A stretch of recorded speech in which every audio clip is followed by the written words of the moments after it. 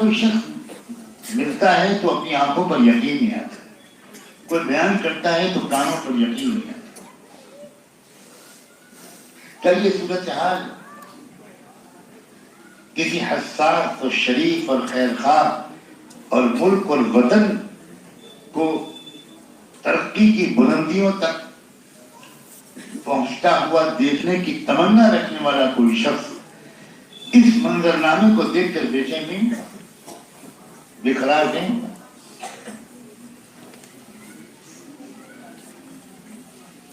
میرے عزیز نوجوانوں، میں آپ سے یہ گزارش کرنا چاہتا ہوں کہ آپ اپنی ذات سے شروع کرتے ہوئے اپنے چھوٹے سے گھرانے تک آگے بڑھاتے ہوئے اس سے اور آگے اپنے گاؤں، اپنے خاندان، اپنے کنبے، اپنی برادری، اس تک اور آگے بڑھاتے ہوئے اور پھر اس کے بعد اپنے گاؤں کے غیر مسلم بھائیوں اور بہنوں، نوجوان بچوں اور بچیوں، ان تک بھی آگے بڑھاتے ہوئے اس کے بعد اور آگے بڑھاتے ہوئے ضلع کی سطح پر، ریاست کی سطح پر، اللہ موقع دے، استعداد دے تو ملک کی سطح پر، عوام کی سطح پر بھی اور حکام کی سطح پر ہماری تمنا، خواہش، کوشش، دعاؤں کا محور اور مرکز یہ ہو کہ میرے ملک سے برائیاں ختم۔ یہ تمنا کہ ملک کی حکومت اور سطح اور اقتدار ہمارے ہاتھ میں آ جائے، یہ قطعاً کسی مسلمان کی تمنا نہیں۔ تلک الدار الآخرہ نجعلها للذین لا يريدون علوا في الارض ولا فسادا۔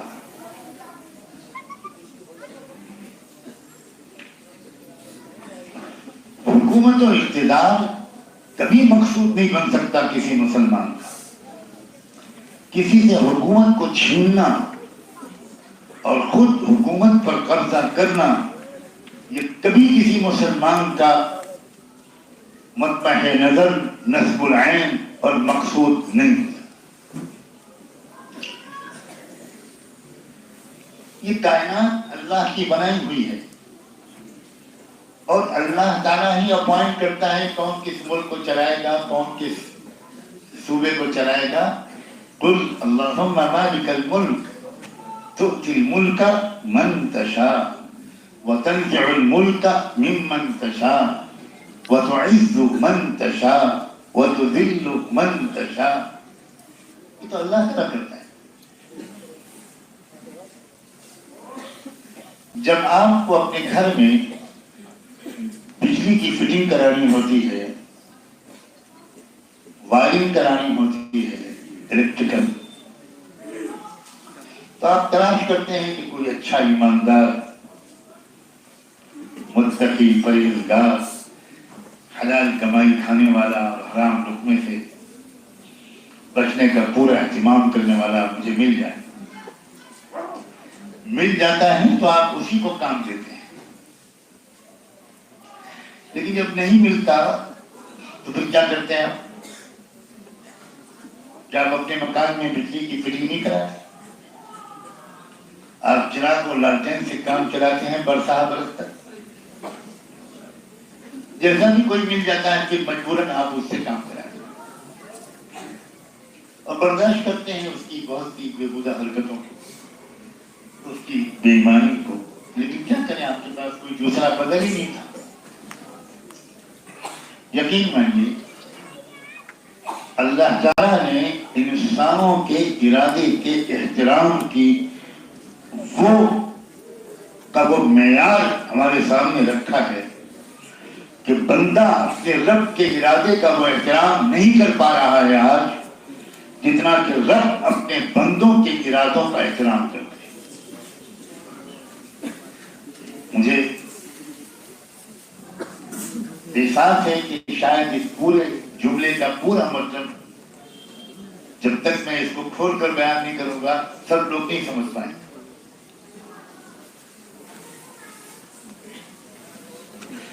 اللہ تعالیٰ اگر چاہتا لو شاء لهدى الناس جميعا،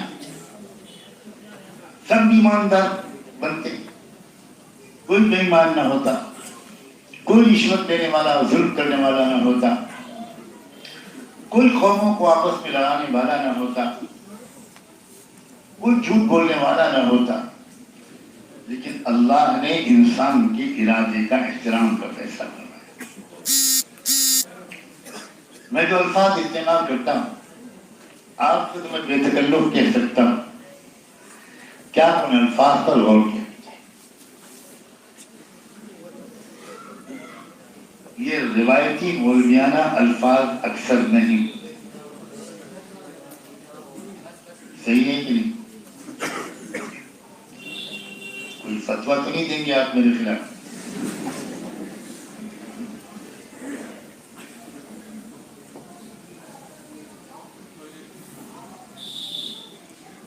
یہ جملہ جب بھی میں نے یورپ میں بولا ہے، امریکہ میں بولا ہے، امریکہ کی یونیورسٹیوں میں بولا ہے، سرکاری استقبالیہ تقریبات میں بولا ہے، اقوام متحدہ میں بولا ہے، جب بھی اس طرح کی تعبیرات میں نے استعمال کی ہے تو ساری دنیا کے دانشور، یونیورسٹیوں کے اساتذہ اور پروفیسر، بہت غیر معمولی لوگ، صحافی، اداروں کے چلانے والے، یونیورسٹیوں کے ذمہ داران، صوبے کا گورنر، یہ لوگ حیران ہو جاتے تھے اور بعض تو مجھے گھیر لیتے تھے کہ یہ کیا ایکسپریشن ہے جو آپ نے یوز کیا، کہ اللہ اتنا ریسپیکٹ کرتا ہے انسان کے بندے، انسان کے ارادے کا۔ ہم لوگ تب تک یہ سمجھتے چلے آ رہے تھے کہ اسلام جو کہتا ہے وہ یہ کہ اللہ کرتا ہے جو کرتا ہے بس کرتا ہے، یہی ہے دین کی کم سمجھ ہونے کا نتیجہ۔ دین کی سمجھ اگر آپ کو حاصل ہوگی تو آپ اپنے مخاطب کی عقل کے مطابق دین کی اصل حقیقت کو ذرہ برابر بدلے بغیر آپ اس مخاطب کی مانوس تعبیرات میں دین کو پیش کر سکیں۔ حضرت جعفر طیار نے جب نجاشی کے دربار میں، نجاشی بادشاہ افریقی ملک کا بہت بڑا حکمران امپرر، اس کے اس سوال کے جواب میں کہ محمد کن باتوں کو سکھاتے ہیں، تو آپ ذرا غور کیجیے گا، حضرت جعفر کی تقریر کو پھر سے پڑھ لیجیے، حیات صحابہ میں آسانی سے آپ کو مل جائے، مسند امام احمد میں موجود ہے، سیرت ابن ہشام میں موجود ہے، سب کتابوں میں موجود ہے۔ حضرت جعفر نے اس وقت اسلام کو اس عیسائی بادشاہ کے سامنے کس طرح پیش کیا۔ عیسیٰ علیہ السلام خدا نہیں تھے، یہاں سے ہی شروع کیا۔ عیسیٰ خدا کے بیٹے نہیں تھے، بالکل بکواس ہے یہ، یہاں سے نہیں شروع کیا۔ تثلیث کا عقیدہ غلط ہے، یہاں سے نہیں شروع کیا۔ آپ سب نے عیسیٰ علیہ السلام کے دین کو بدل ڈالا، یہاں سے بالکل چھیڑے ہی نہیں بات۔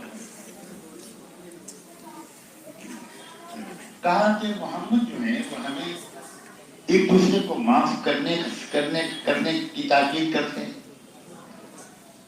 رحم دلی، شفقت، خدمت خلق، غریبوں کا خیال رکھنا سکھاتے ہیں، مہمان نوازی سکھاتے ہیں، عفو و درگزر سکھاتے ہیں۔ عجیب بات ہے، عقائد کا تو شروع میں ذکر ہی نہیں، اخلاقیات کا ذکر کیا۔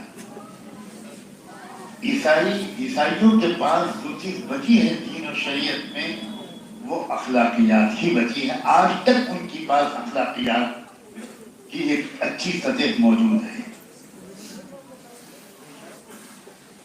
یہاں سے شروع کیا، اس کا شوق بہت بڑا، تو اس نے کہا کہ کیا محمد پر اللہ کی طرف سے کوئی کلام اترتا ہے محمد کے دعوے کے مطابق؟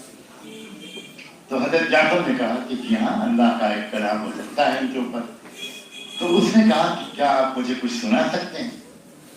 اب جب غور کرو، حضرت جعفر نے کون سی آیتوں کو چنا؟ سورہ مریم کی آیات تلاوت کی۔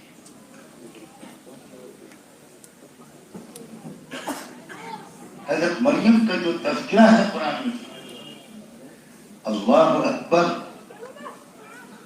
وَهُزِّ إِلَيْكِ بِجِذْعِ تُسَاقِطْ عَلَيْكِ رُطَبًا جَنِيًّا، یہ جو پورا واقعہ ہے عیسیٰ علیہ السلام کی ولادت کا، حضرت مریم کی پاک دامنی کا، ان کے بارے میں قوم کے کچھ لوگوں کا یہ کہنا کہ مَا كَانَ أَبُوكِ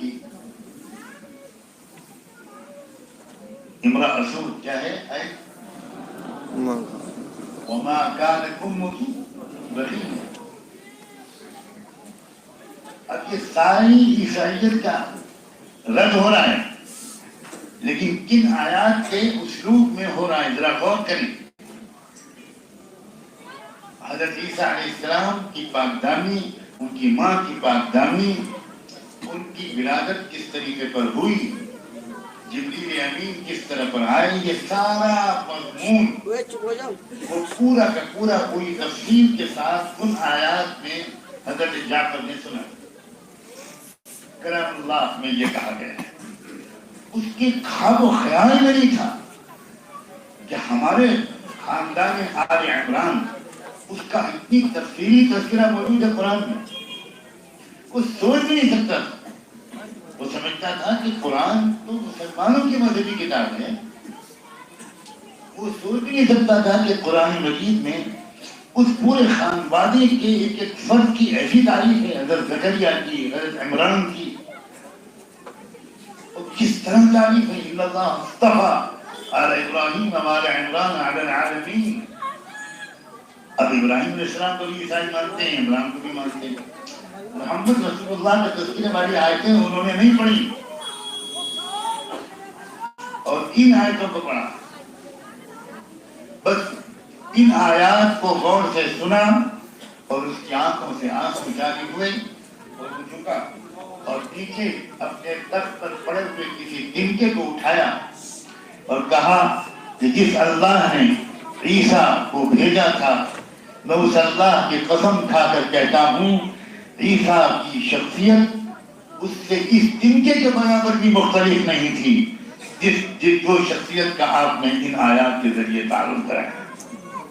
ہو گیا تھا یہ تفقہ فی الدین، جو کہ حاصل تھا حضرت جعفر کو، وہ دین کی گہری سمجھ رکھتے تھے۔ اس لیے جب دین کی گہری سمجھ ہوگی تو دعوت کی گہری سمجھ بھی حاصل ہوگی۔ وَلِيُنذِرُوا قَوْمَهُمْ إِذَا رَجَعُوا إِلَيْهِمْ کے معیار پر پورے اترے حضرت جعفر،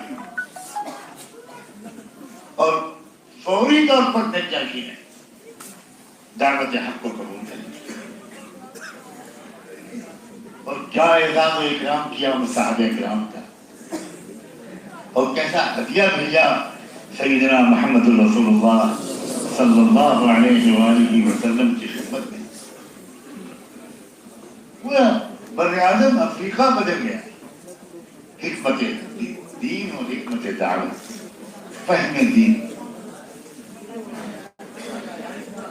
ہمارا اصل میں کیا کہوں آپ سے، اتنی بڑی بھیڑ میں سے صحیح سالم نکلنا، یہ اس کے لیے عیسیٰ علیہ السلام کی روحانیت کی شاید ضرورت پڑے۔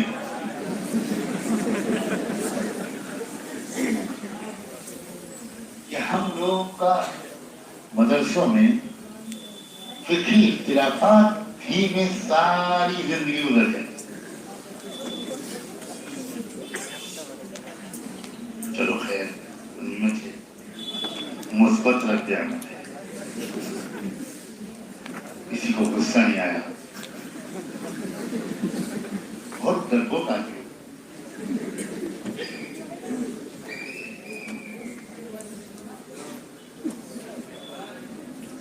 کیا مضامین چل رہے ہیں دنیا میں، اور کیا مضامین پر زور دیا جا رہا ہے ہمارے درس کا۔ جب ایک عالم مدرسے سے فارغ ہو کر ملک میں جاتا ہے اپنے، تو لگتا ہے کہ ہم کسی جزیرے میں تھے مریخ پر، اب آئے ہیں زمین پر۔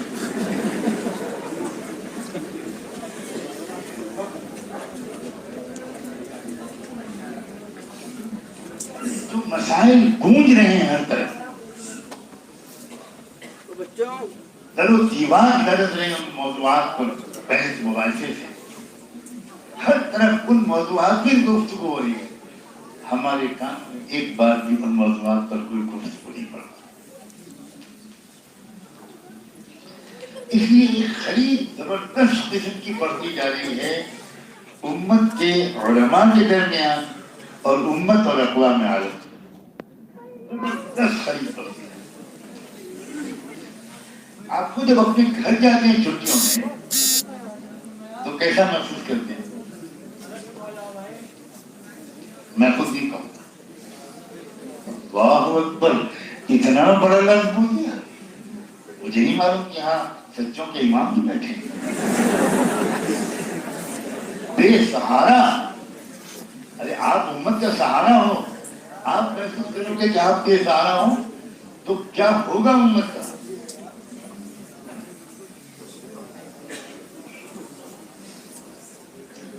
میں اس حق کی گواہی پر آپ کو مبارکباد دیتا ہوں واللہ سب کے دل، اور یہ چیز ہے جو مجھے آپ کی شدید محبت میرے اندر آپ کی ہوتی ہے اور آپ کی اس کا جواب باریانہ محبت سے دیتے ہیں۔ اللہ آپ کو اس کا بہترین صلہ دے۔ بس کسی طرح آپ کچھ مجھ سے خدمت لے کے آیا، آپ کسی طرح فراغت کے بعد دین کی گہری سمجھ حاصل کرنے کے لیے کسی ایسے بندے کے پاس کچھ وقت ضرور گزارے جہاں آپ کو دین کی گہری سمجھ تھوڑی بہت ملے۔ واقعی اس کے بغیر کام نہیں چلے گا، بالکل کام نہیں چلے گا۔ کتنے لوگوں کو میں نے پچھتاتے ہوئے دیکھا کہ کیا چلی گئی ہماری کام کی، یہ احساس کمتری جو آپ کے اندر ہے کہ بالکل نہیں ہونا چاہیے آپ کے اندر۔ آپ کیا گھٹ رہی ہے کہ بڑھ رہی ہے؟ امیر اور غریب کے درمیان کی خرید بڑھ رہی ہے کہ گھٹ رہی ہے؟ کبھی نہیں گھٹ سکتی ان لوگوں کے ذریعے جو اس کا صحیح علاج ہی نہیں جانتے، اور جو جن کے پاس علاج ہے وہ خود نسخے کو سمجھ کر سامنے والے کو اس نسخے کا قائل کرنا نہیں چاہتے۔ تو یتفقہوا فی الدین میں بھی ہم کمزور، اور ینذروا قومہم اذا رجعوا الیہم۔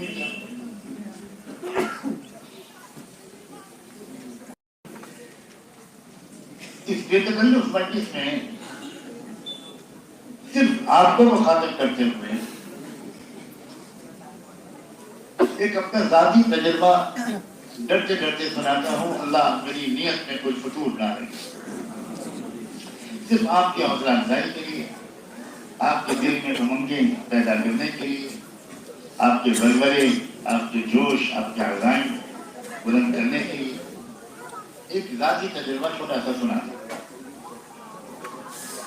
جب 20ویں صدی ختم ہونے لگی اور 21ویں صدی شروع ہونے والی تھی تو اقوام متحدہ نے ایک بین الاقوامی کانفرنس پہلے بلائی پوری دنیا کے سیاسی لیڈروں اور حکمرانوں۔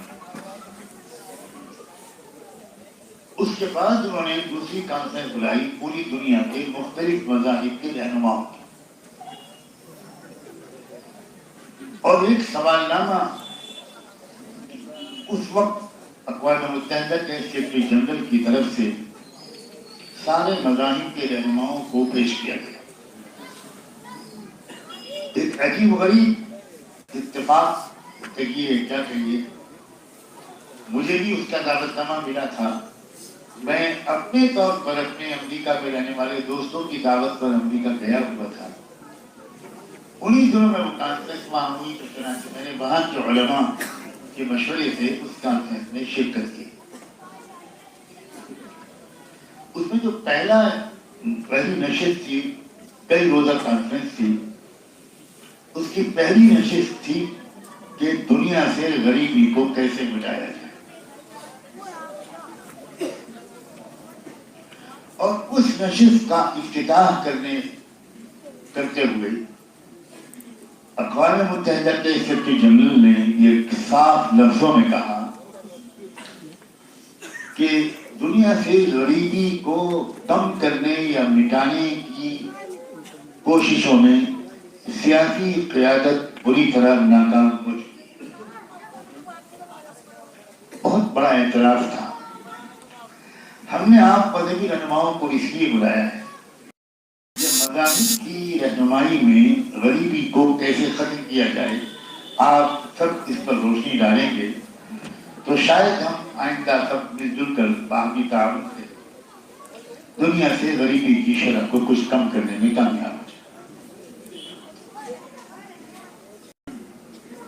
کانفرنس شروع ہونے